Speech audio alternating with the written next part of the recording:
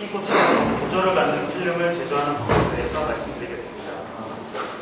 연구를 하게 된 배경은 스트럭처를 가지는 폴리머 필름이 그 스트럭처에 의해서 기능성을 가질 수 있다는 것에서 출발하였습니다.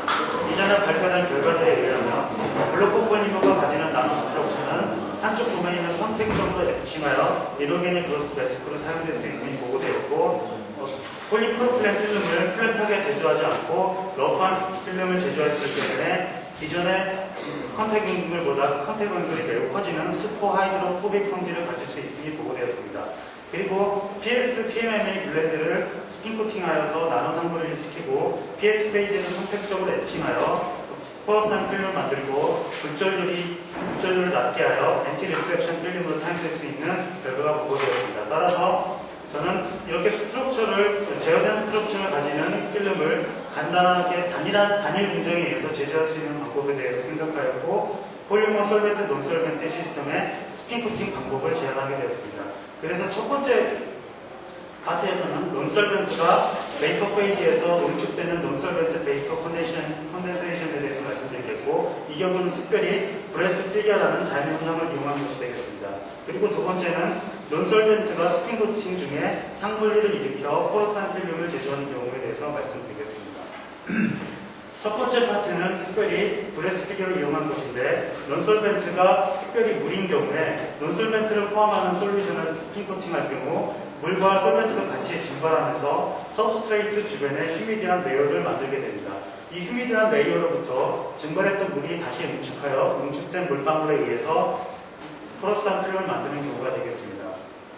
브레스트 피겨에 대해서 먼저 말씀드리면, 휴미드를 많이 포함하는 휴미드한 에어 상황에서 볼러타일 솔벤트를 포함하는 폴리머 솔루션에서 솔벤트가 증발하게 되면 표면은 증발에 의해서 냉각이 일어나고 대기 중에 수분이 표면에 응축하게 됩니다. 이 상황에서 폴리머에 의해서 응축된 물방울이 안정화가 일어나게 되면 물방울들은 콜라센스가 방지되고 서로 인터랙션하여 균일한 크기로 성장하고 최종적으로는 헥사고널 레티스에 패킹하게 됩니다. 물과 용매가 모두 증발한 이후에는 폴리머 필름의 물방울 자국에 의해서 포러스한 필름이 만들어지게 됩니다. 이전에 발표되었던 결과들은 라드코일 블록 폴리머나 스타쉐이 폴리스타이렌 등 여러가지 복잡한 구조의 폴리머에서 응축된 물방울을 잘 안정화시킬 수 있음이 보고되었지만, 최근 들어 싱글 호모 폴리머에서도 점도 조건과 여러가지 조건이 잘 맞으면 잘 정렬된 브레스트 피겨 패턴이 만들어짐이 보고되었습니다. 본 발표에서는 이전에는 발표되지 않았던 워터 미서블한 솔벤트에서 일어나는 브레스트 피겨 현상에 대해서 말씀드리고, 워터 미서블한 성격을 이용하여 소량의 물을 첨가하고 스킨 코팅하여 드라이 에어 상황에서도 물을 응축시켜서 포러스한 필름을 만드는 경우에 대해서 말씀드리겠습니다. 실험에 사용된 물질은 셀룰로스 아스페이트 부치레이트로 부치레 콘텐트가 52% 되는 것을 사용하였고, 워터 이미서블한 경우로서 플로로폼의 솔벤트를 사용하였고, 워터 미서블한 경우로 THF를 사용하였습니다. 브레스트 피겨 패턴을 만드는 방법은 첫 번째로 이전에 발표되었던 방법과 마찬가지로 휴미디티를 매우 높인 챔버 안에서 서브스트레이트 위에 솔루션을 드랍하고 솔벤트를 증발시켜 휴미드가 높은 상황에서 물을 증발시켜 물을 응축시켜 브레스트 피겨 패턴을 만들었고, 두 번째로서 드라이 에어 상황에서 소량의 물을 첨가한 솔루션을 스킨 코팅하여 브레스트 피겨 패턴을 만들게 되었습니다.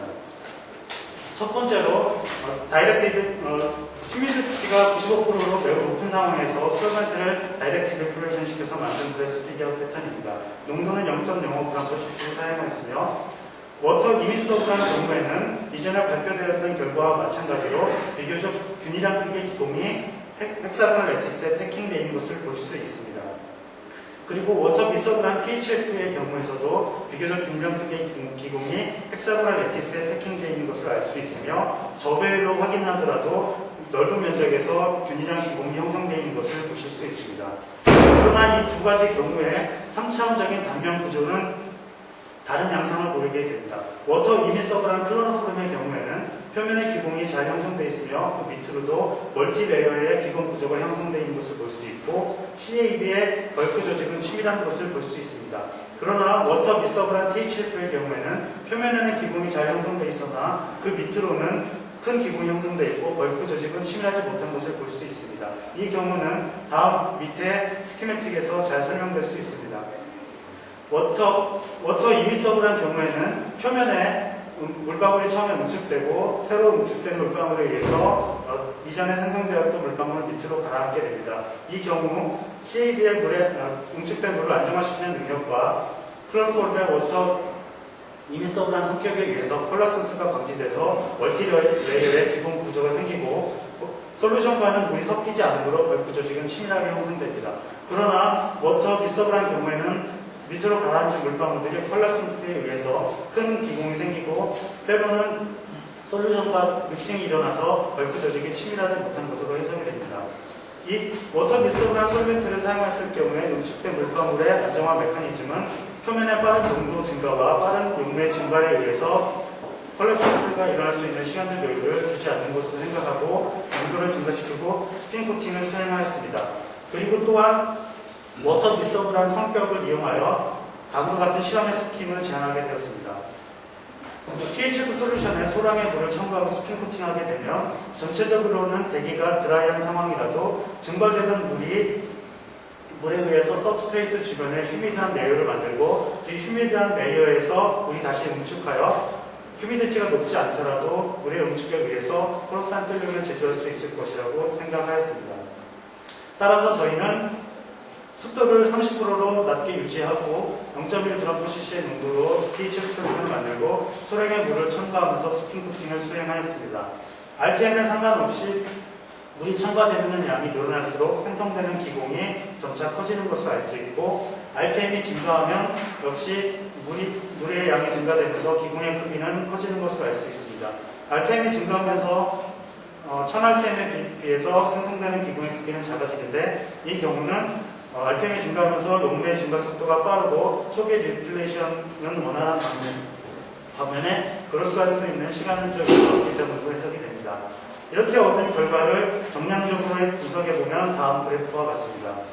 물의 양이 증가할수록 RPM에 상관없이 생성되는 기공 크기는 선형적으로 증가하는 것을 알 수 있고 이전에 사용되었던 방법과 마찬가지로 습도를 가지고 조절하는 경우와 그 선형적인 관계가 유사한 것을 알 수 있으며 이것으로부터 소량의 물을 첨가하고 스핀 코팅하는 것은 습도를 증가시키는 요인과 동일한 요인이라고 주장하게 되었습니다. 네, 결론을 말씀드리면 워터 미서브란 경우에 브레스피킹 패턴에 대해서 말씀드렸고 그 성격을 이용하여 소량의 물을 첨가하고 스핀 코팅하여 드라이 에어 상황에서도 포러스한 필름을 제조할 수 있었습니다. 그러면 다음 두 번째 파트로서 솔벤트가 스핀 코팅 중에 논솔벤트가 스핀 코팅 중에 상분리를 일으키는 경우에 대해서 말씀드리겠습니다. 논솔벤트가 상분리를 일으킬 경우 논솔벤트의 양과 스핀 코팅의 RPM에 따라서 나노 페이즈 세퍼레이션부터 매크로 페이즈 세퍼레이션까지 조절할 수 있을 것이라고 예상하였고 이러한 논솔벤트 리치 페이즈는 기공으로 남게 되어 기공성 필름을 얻고 이것으로부터 옵티컬 필름을 만들 수 있을 것이라고 예상하였습니다. 옵티컬 필름은 다층 각막 구조에서 일어나는 반사된 빛의 간섭을 이용하는 경우가 많이 있습니다. 보시는 바와 같이 각 필름의 계면에서 반사가 일어날 경우 반사된 빛이 서로 상쇄 간섭을 일으키게 되면 반사를 줄이는 AR 코팅으로 사용할 수 있으며 서로 보강 간섭이 일어나게 되면 리플렉터나 미러로 사용되며 보강 간섭과 상쇄 간섭이 일어나서 특정 파장의 빛을 잘 투과시키거나 투과시키지 못하게 되면 필터로 사용하게 됩니다. 이러한 옵티컬 필름의 제조는 적절한 굴절률을 가지는 재료가 필수적인데 그런 것이 항상 존재하지 않기 때문에 포로시티를 통하여 굴절률을 조절하려는 시도를 하고 있습니다. 실험에 사용된 물질은 PMMA를 사용하였고 솔벤트로 플로로포름, 널솔벤트로 옥탄을 사용하였습니다. 옥탄의 BP가 높아서 스핀 코팅 중에 옥탄의 함량이 점점 증가하고 상분리를 일으킬 것이라고 예상하였습니다. 글래스 서브스트레이트에 스핀 코팅한 후에 트랜스미턴스와 리플렉턴스를 측정하고 필름의 구조는 FESM으로 관찰하였습니다. 0.1g/cc 농도로 클로로폼 솔루션을 만들고 옥탄을 점차적으로 첨가하면서 스핀 코팅하였습니다. 옥탄의 양이 1볼륨%일 경우에는 글래스의 빛의 투과율과 거의 비슷한 양상을 보이지만 3볼륨%로 증가되었을 경우에는 550나노 이상의 파장에서 글래스에 비하여 4% 정도의 트랜스미터스가 높아지는 것을 알 수 있으며 옥탄의 양이 증가되면서 산란에 의해서 투과되는 빛의 양이 작아지는 것을 볼 수 있습니다. 옥탄의 양이 3볼륨%인 경우에 대해서 필름의 구조를 보시게 되면 글래스 서브스트레이트 위에 포러스한 레이어가 생기고 그 위에 컴팩트한 레이어가 생기는 것을 볼 수 있으며 이 부분은 필름의 평면인 윗면이 되겠습니다. 이렇게 2레이어 시스템으로 실험 데이터를 피팅하여 보는 결과 2레이어를 피팅했을 경우 이론적으로 계산한 결과와 실험 데이터가 잘 일치하는 것을 알 수 있으며 이 경우에 컴팩트한 레이어의 두께는 65나노로 굴절률은 1.52로 계산이 되고 포러스한 레이어는 두께 45나노미터에 굴절률은 1.3으로 계산이 됩니다. 또한 농도를 증가시켜서 필름의 두께를 증가시켰습니다. 옥탄의 양이 적을 때는 필름의 굴절률이 소폭 변화되기 때문에 웨이브의 폭이 작지만 옥탄의 양이 늘어나면서 웨이브의 폭이 증가되는 것을 볼 수 있으며 옥탄의 양이 8볼륨%, 10볼륨%일 경우에는 산란과 합기를 일어나기 때문에 짧은 파장 쪽에서 투과율이 낮아지는 것을 볼 수 있습니다.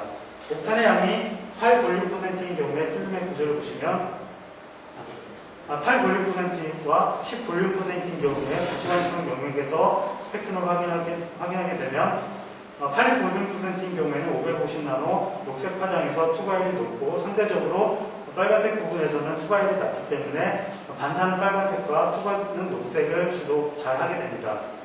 10볼륨%인 경우에는 위상이 반대로 묶이기 때문에 그 반대 현상이 나타납니다. 필름의 실제 사진을 보시게 되면 보시는 것과 같이 형광등 불빛이 반사되는 것은 8볼륨%에서 빨간색 빛이 나오고 10볼륨%에서는 녹색의 빛이 반사되는 것을 볼 수 있고 백색 종이로부터 투과되어 나오는 빛은 그 반대가 되는 것을 볼 수 있습니다. 8볼륨%인 경우에 필름의 구조는 다음과 같이 글래스 서브스트레이트 위에 포러스한 조직이 올라가 있으며 거대 상분에 의해서 빛이 산란되는 것을 볼 수 있습니다. 리플렉턴스 데이터를 이 2레이어 시스템으로 피팅하여 본 결과 실험 데이터와 계산한 결과가 잘 일치하는 것을 알 수 있으며 이 경우에 컴팩트한 레이어는 110나노 두께에 굴절률 1.45 그리고 포러스한 레이어는 630나노의 굴절률 1.31로 계산이 됩니다.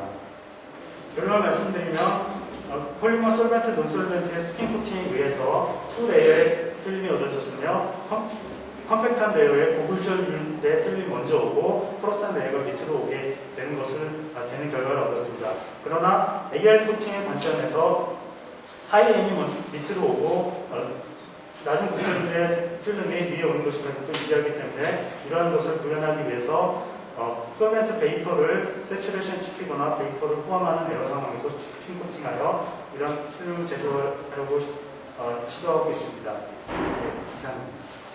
네.